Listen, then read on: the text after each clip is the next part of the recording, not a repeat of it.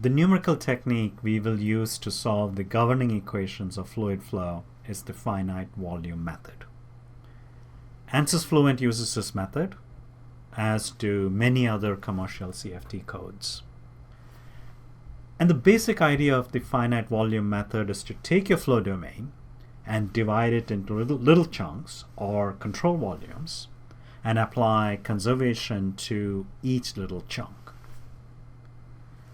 And you do this using the integral form of the governing equations. The net result is that you get a set of algebraic equations, and we will see this in more detail later. At this point, you might be wondering, in the structural mechanics examples, we use the finite element method to convert the governing equations to a set of algebraic equations, and why not do that here? In fact, there are codes, CFD codes, that use the finite element method.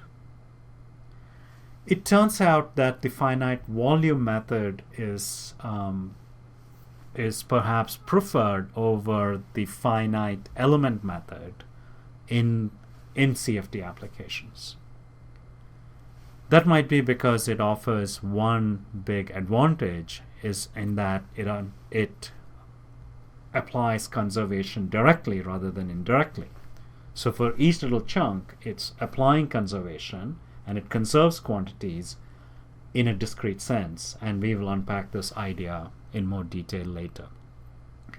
This in contrast to the finite element method, which does not necessarily conserve quantities for each little chunk or finite element.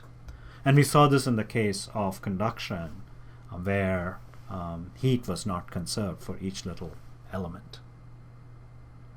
In our CFD case studies, we will use the finite volume method via ANSYS Fluent.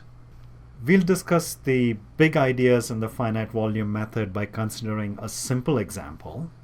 I'll lay out what that example is in a minute.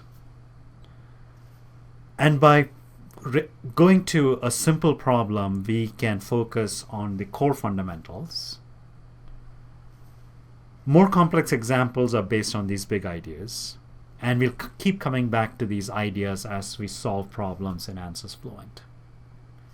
They form the building blocks of CFD and of the finite volume method. So it's important that you understand these big ideas well.